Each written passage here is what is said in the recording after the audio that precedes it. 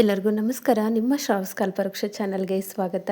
ಇವತ್ತು ದೇಹದ ರಕ್ತಹೀನತೆಯನ್ನು ಕಡಿಮೆ ಮಾಡ್ಕೊಳ್ಳೋದ್ರ ಜೊತೆಗೆ ದೇಹದಲ್ಲಿರ್ತಕ್ಕಂಥ ಮೂಳೆಗಳ ಬಲಿಷ್ಠತೆಗೆ ಕ್ಯಾಲ್ಸಿಯಂ ಪ್ರಮಾಣ ತುಂಬಾ ಮುಖ್ಯ. ಈ ಒಂದು ಲಡ್ಡು ತಿನ್ನೋದ್ರಿಂದ ರಕ್ತಹೀನತೆಯನ್ನು ಕಡಿಮೆ ಮಾಡ್ಕೊಳ್ಬೋದು, ಹಾಗೆ ಕ್ಯಾಲ್ಸಿಯಂ ಪ್ರಮಾಣ ಕೂಡ ಹೆಚ್ಚು ಮಾಡ್ಕೊಳ್ಬೋದು. ಹಾಗಾದರೆ ಮಾಡೋ ವಿಧಾನ ನೋಡ್ಕೊಂಡು ಬಿಡೋಣ. ಮೊದಲಿಗೆ ನಾನಿಲ್ಲಿ ಗ್ಯಾಸ್ ಮೇಲೆ ಒಂದು ಪಾತ್ರೆ ಇಟ್ಕೊಂಡಿದ್ದೀನಿ. 1 ಕಪ್ ಅಳತೆಯಲ್ಲಿ 1 ಕಪ್ ಆಗುವಷ್ಟು ಕಡಲೆ ಬೀಜನ ತೊಗೊಂಡಿದ್ದೀನಿ. ಕಡಲೆ ಬೀಜನ ಮೀಡಿಯಂ ಫ್ಲೇಮಲ್ಲಿ ಇಟ್ಕೊಂಡು ಸರಿಯಾಗಿ ಹುರ್ಕೊಳ್ಬೇಕು. ನೋಡಿ, ಈ ರೀತಿ ನಾವು ಕಡಲೆ ಬೀಜನ ನೀಟಾಗಿ ಹುರ್ಕೊಳ್ಬೇಕು. ಇವಾಗ ಇದು ಹುರಿದಿದ್ದಾಗಿದೆ. ಇದನ್ನು ಒಂದು ಸೈಡಲ್ಲಿ ಎತ್ತಿಟ್ಬಿಡೋಣ.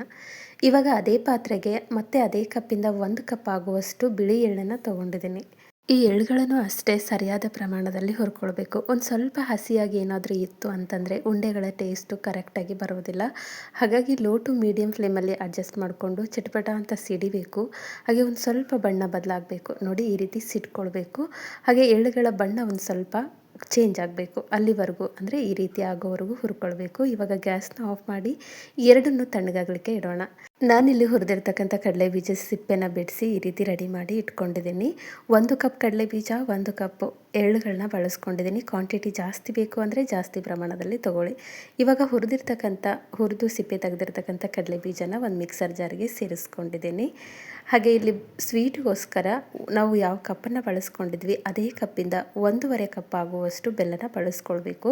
1.5 ಕಪ್ ಆದರೆ ಸಾಕಾಗುತ್ತೆ. ಜಾಸ್ತಿ ಸ್ವೀಟಿನ ಅಂಶನೂ ಬೇಡ, ಯಾಕಂದರೆ ಎಳ್ಳುಗಳು ಜಾಸ್ತಿ ಪ್ರಮಾಣ ಸ್ವೀಟನ್ನು ಹಿಡಿಯೋದಿಲ್ಲ. ನೋಡಿ, 1.5 ಕಪ್ ಆಗುವಷ್ಟು ಬೆಲ್ಲನ ಸೇರಿಸ್ಕೊಂಡು ಈ ಒಂದು ಕಡಲೆ ಬೀಜ ಹಾಗೆ ಈ ಬೆಲ್ಲನ ತರಿಯಾಗಿ ರುಬ್ಕೊಂಡು ಬರೋಣ. ನೋಡಿ, ಇಷ್ಟು ತರಿಯಾದರೆ ಸಾಕು, ತೀರಾ ನೈಸಾಗಿ ರುಬ್ಕೊಳ್ಳೋದು ಬೇಡ.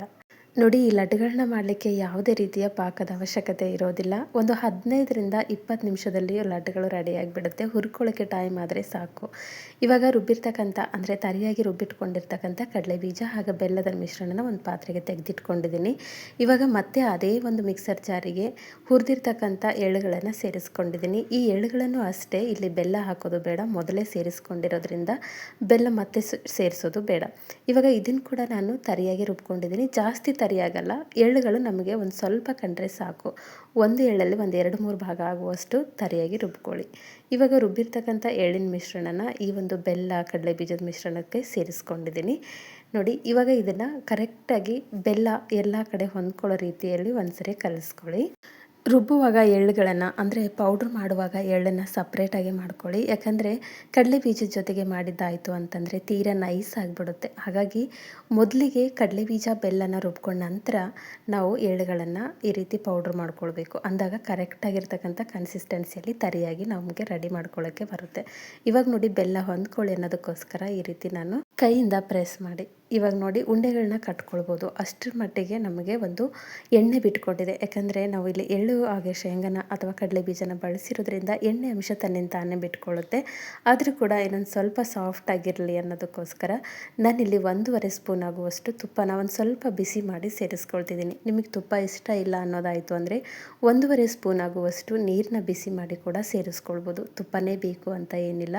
ಕಡಲೆ ಬೀಜ, ಶೇಂಗಾ ಹಾಗೆ ಒಂದು ಬೆಲ್ಲ ಇದ್ದರೆ ಸಾಕು. ಈ ಒಂದು ಉಂಡೆಗಳು ಅಥವಾ ಲಡ್ಡನ್ನು ನಾವು ಇನ್ಸ್ಟೆಂಟಾಗಿ ಮಾಡ್ಕೊಳ್ಬೋದು. ಈ ಹಂತದಲ್ಲಿ ಬೇಕು ಅಂತ ಅನ್ನೋದಾಯಿತು ಅಂದರೆ ಒಂದು ಚಿಟಿಕೆ ಉಪ್ಪು ಹಾಗೆ ಒಂದು ಸ್ವಲ್ಪ ಏಲಕ್ಕಿ ಪೌಡ್ರನ್ನ ಕೂಡ ಸೇರಿಸ್ಕೊಳ್ಬೋದು. ಇವಾಗ ನೋಡಿ, ಎಲ್ಲ ಮಿಶ್ರಣ ಕರೆಕ್ಟಾಗಿ ಹೊಂದ್ಕೊಳ್ಳೋ ರೀತಿಯಲ್ಲಿ ಇನ್ನೊಂದು ಸರಿ ಕೈಯಿಂದ ಕಲಿಸ್ಕೊಳ್ಳಿ.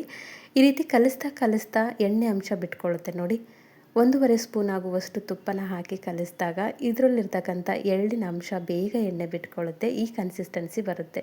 ನಾನಿಲ್ಲಿ ಸ್ಮೂತಾಗಿ ಇರಲಿ ಅನ್ನೋದಕ್ಕೋಸ್ಕರ ಈ ರೀತಿ ಮಾಡ್ಕೊಂಡಿದ್ದೀನಿ. ಇಲ್ಲ ನಮಗೆ ಒಂದು ಸ್ವಲ್ಪ ತರಿಯಾಗೇ ಇರಲಿ, ಡ್ರೈ ಆಗೇ ಇರಲಿ ಅನ್ನೋದಾಯಿತು ಅಂದರೆ 1 ಸ್ಪೂನ್ ಆಗುವಷ್ಟು ತುಪ್ಪನ ಸೇರಿಸ್ಕೊಂಡು ಲಡ್ಡುಗಳನ್ನು ಕಟ್ಕೊಳ್ಬೋದು.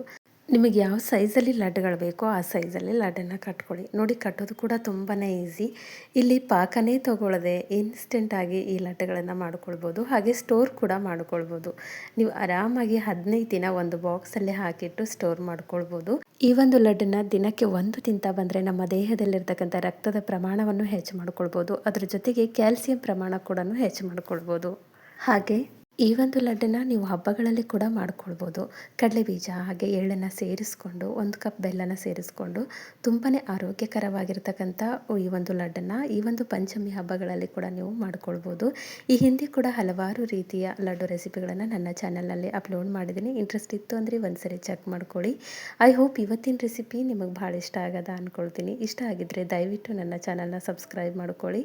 ಹಾಗೆ ಈ ಒಂದು ರೆಸಿಪಿನ ನಿಮ್ಮ ಫ್ರೆಂಡ್ಸ್ ಆ್ಯಂಡ್ ಫ್ಯಾಮಿಲಿಗೆ ಶೇರ್ ಮಾಡಿ. ನಾಳೆ ಮತ್ತೊಂದು ಹೊಸ ರೆಸಿಪಿಯೊಂದಿಗೆ ಸಿಗೋಣ. ಧನ್ಯವಾದ.